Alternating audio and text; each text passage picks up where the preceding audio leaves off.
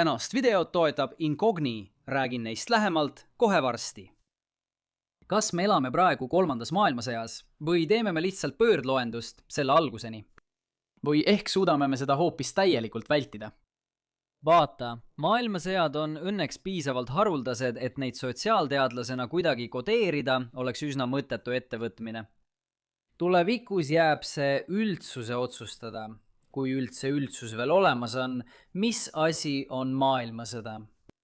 Võib-olla viitavad nad tulevikus Iraani sõjale kui selle algusele. Võib-olla viivad nad selle tagasi Venemaa sissetungile Ukrainasse, kuna see oli esimene rinne. Võib-olla lähevad nad veelgi kaugemale ja seovad selle kõik Krimmi annekteerimisega Venemaa poolt. Ja see on tõsi. Ma ei näita seda praeguste lahinguliinide kaarti pidevalt, sellepärast et see oleks lihtsalt huvitav visuaal, kuigi see seda on. Ma teen seda, sest see näitab midagi olulist. Võtame Venemaa. Venemaa on sõdinud Ukrainas, saades Shahedi droonitehnoloogiat Iraanilt, Põhja-Korealt laenatud sõdureid ja mõningast passiivsemat kaubanduslikku abi Hiinalt. Iraan võttis osa Venemaale relvamüügist saadud tuludest ja investeeris need oma käsilasrühmitustesse, kes piiravad Iisraeli, aidates kaasa 7. oktoobri rünnaku vallandamisele. Seejärel suurendasid Ameerika Ühendriigid sõjalist abi Iisraelile, et toetada Gaza sõda. Kerime mõned aastad edasi ja siis lisandub sõda Iraanis. Venemaa vastas samaga, pakkudes Teheraanile drooni abi.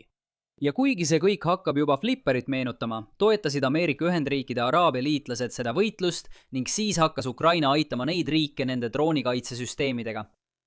Nii et jah, see on maailm sõjas. Aga üks asi, mis kahtlemata muudaks selle laialdaselt tunnustatud maailmasõjaks, on selgelt teisel pool maakera. Hiina Rahvavabariigi sissetung Taiwani. See on alati olnud peamine sündmus ja see paneks maailma 2 suurimat sõjaväge otsesesse lahingusse üksteisega. Kuna kõigi tähelepanu on niigi hajunud, on seda muret lihtne tähelepanuta jätta. Aga see, et Hiina Rahvavabariik käib Taiwani territoriaalvete piiril, on saarel elavate inimeste jaoks muutunud elu tavapäraseks osaks. See on ka põhjus, miks riikliku julgeoleku spetsialistid on olukorra pärast nii mures. Ja seetõttu on küsimus, millal Peking otsustab väina ületada ning see tähistaks kindlasti 3. maailmasõja algust.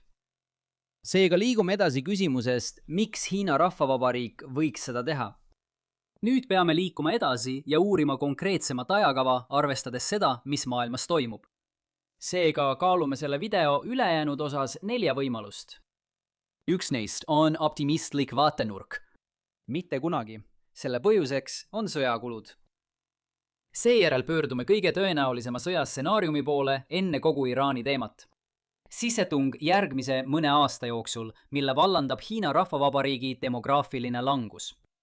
Kolmandaks läheme nüüd veidi teravamaks ja analüüsime, kuidas Iraani sõda võiks neid plaane kiirendada, sest tegelikult toimub kogu meie arutelu Iraani varjus. Ja lõpuks vaatame sügavale tulevikku ning uurime, kuidas täiesti erinev mehhanism võiks põhjustada sama lõpptulemuse. Vaata, mõnikord tuleb lihtsalt istuda ja naerda selle üle, kui vähe meil selle olukorra üle kontrolli on. Aga minu jaoks on selle probleemi lahendus see, et ma kontrollin seda, mida saan kontrollida.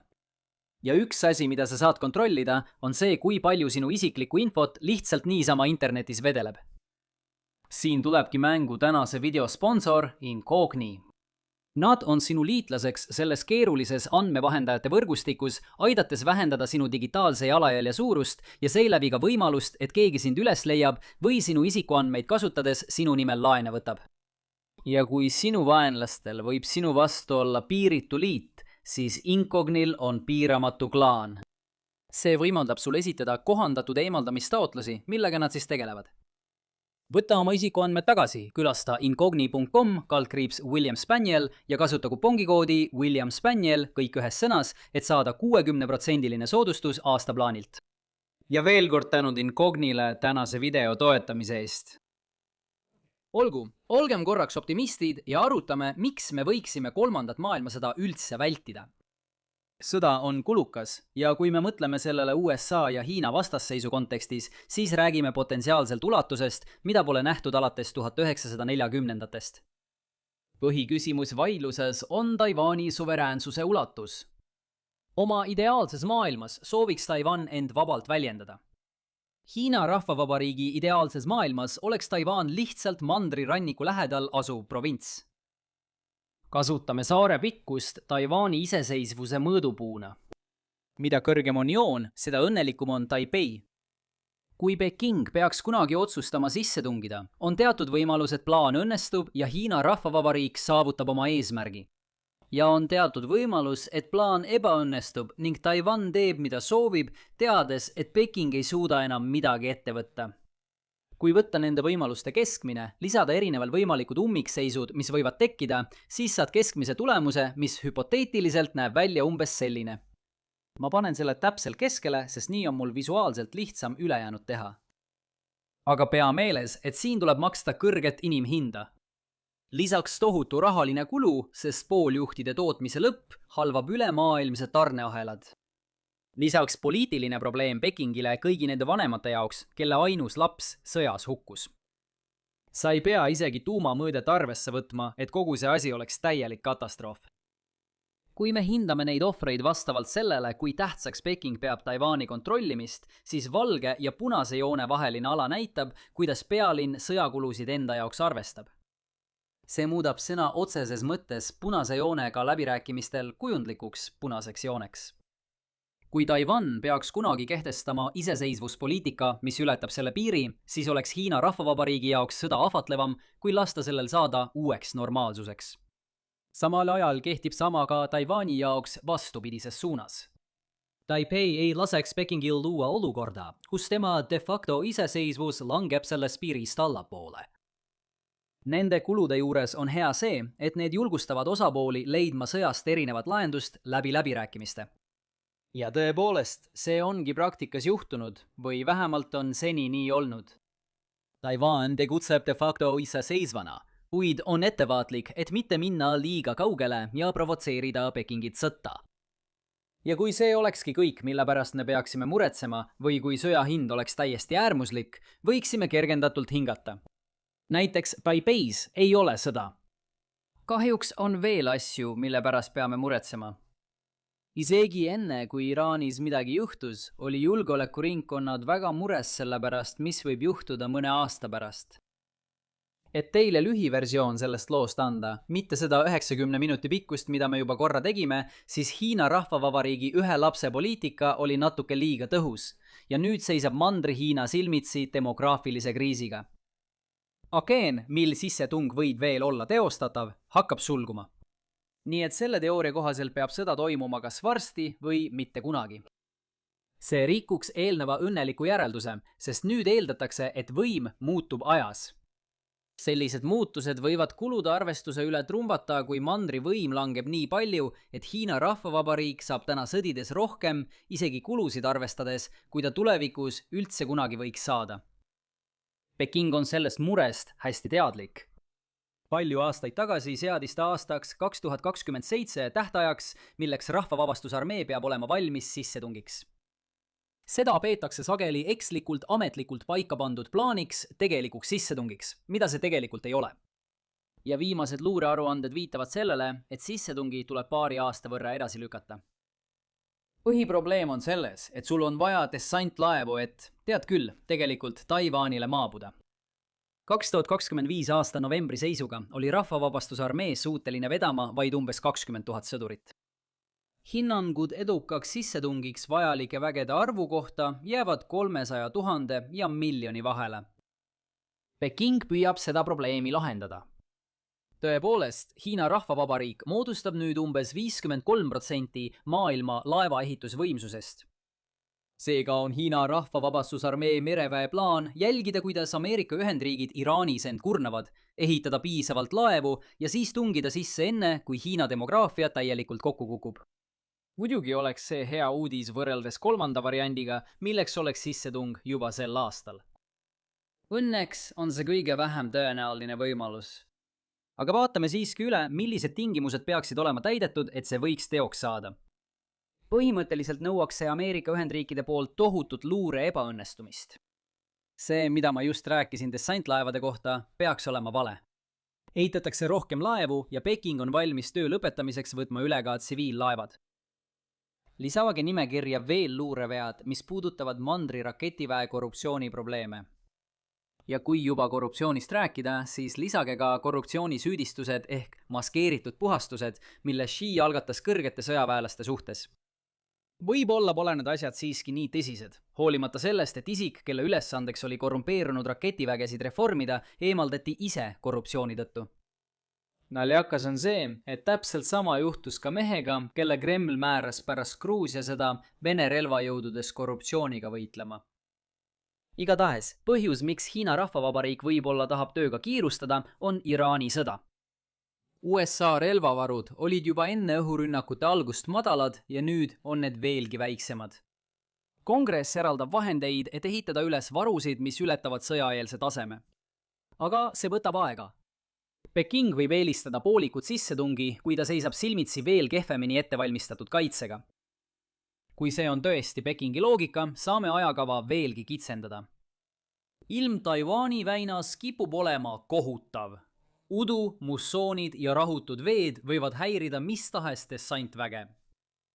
Ainsa suhteliselt rahulikud kuud on aprill, mai, oktoober ja november.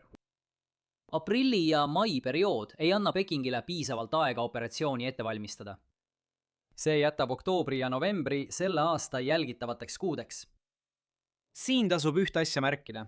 On laialdaselt usutud, et osa USA soovist alustada Iraani sõda oli Teherani hilisema vastupanuvõime halvamine. Lõppude lõpuks oleks kahe rindega sõda suur probleem, kui Hiina Rahvavabariik peaks kunagi väina ületama. Tõsiasi, et Ameerika Ühendriigid otsustasid seda teha, on märk sellest, et Washingtonis ringlev siseinfo ütleb, et Hiina Rahvavabariik ei ole kindlasti veel kaugeltki valmis. Seega oli see Ameerika Ühendriikide jaoks õige aeg Iraani rünnata, kui arvata, et Iraan on tõepoolest koormaks. See luureinfo võib olla vale ja USA jõudude kurnamine võib selle valeks muuta, kuid vähemalt mõni kuu tagasi ei olnud see ilmselt Ameerika Ühendriikide hinnang. Lõpuks on võimalus, et see kõik juhtub järgmisel kümnendil. Võib-olla välditakse selle tulemusena kolmanda maailmasõja nimetust või kasutab Kreml võimalust Euroopat tungida. Lõppude lõpuks on Venemaa-Ukraina sõja lõpuks möödunud palju aega. Kreml on selleks ajaks korraldanud Venemaa relvajõudude taasinvesteerimise ning nad veaksid kihla, et nende kogemus Ukrainas võimaldab neil domineerida ükskõik milliste Euroopa armeede üle, kes üritavad neile vastu seista. Vaikse ookeani piirkonnas on seekord probleem palju nüansirikkam. Hiina Rahvavabariik laseb demograafilisel muutusel toimuda ilma sissetungita. Kuid samal ajal liigub pooljuhtide tootmine üle Vaikse ookeani. See on tegelikult juba käimas, kuna Taiwan Semiconductor Manufacturing Company rajab Arizonasse haruüksust. Selles oletatavas tulevikus ei sõltu Ameerika Ühendriigid enam Taiwani ellujäämisest tippklassi kiipide saamiseks. Kuna majanduslik vastastikune sõltuvus pole enam nii oluline, seab Hiina ühel päeval lihtsalt kõik fakti ette ja liigub ilma suurema selgituseta saarele. Võrdluseks võib tuua futuristliku versiooni Krimmi annekteerimisest. Üks väike probleem. Tulevane USA president soovib tõepoolest Taiwani kaitsta, sõltumata igasugustest majanduslikest kaalutlustest pooljuhtide osas. Peking hindas valesti Washingtoni otsustavust võidelda ja nii satutaksegi ikkagi sõtta. See tee sobiks hästi Hiina Rahvavabariigi pikaajalise tegutsemisviisiga. Ära tee midagi, mis võiks senist olukorda häirida ja kasuta siis lõpuks olukorda ära, kui aeg on õige. Ja Hiina luure võib väga hästi õigesti arvata, et ükskõikne president jätab vastuseisu üles näitamata ning osapooled väldivad kolmandat maailmasõda. Taiwan kaob kaardilt, kuid ilmselt on see saare probleem, mitte Ameerika Ühendriikide oma. Või satume me laastavasse sõtta, sest Hiina luure eksis. Aga selliseid valearvestusi ju kunagi ei juhtu, eks? Nii et, mis on meie tänased peamised mõtted? Sõja kulud peaksid andma meile vaikimisi ootuse, et Hiina Rahvavabariik ja Taiwan suudavad vältida kulukat sõda üksteise vastu. Kahjuks on muutuvad jõudude vahekorrad pannud paljusid vaatlejaid muretsema, et sissetung võib mõne aasta pärast olla vältimatu. On võimalik, et Iraani sõda võib neid plaane kiirendada. Või ootab Peking kannatlikult sobivat hetke, proovib sissetungi 10 aasta pärast ja loodab, et Ameerika Ühendriigid ei hooli enam Taiwanist piisavalt, et saarele appi tulla. Tänan Ohio ülikooli inimesi, kes pidid selle video mustandi ära kannatama. Neil on ilus ülikooli linnak. Ja samuti tänan veel kord Incognit, et nad toetasid tänast videot. Minja aadressile incogni.com/William Spaniel, et saada hea pakkumine enda kaitsmiseks. Kui sulle tänane video meeldis, siis palun pane like, jaga ja telli kanal ning kohtume järgmine kord. Hoidke end!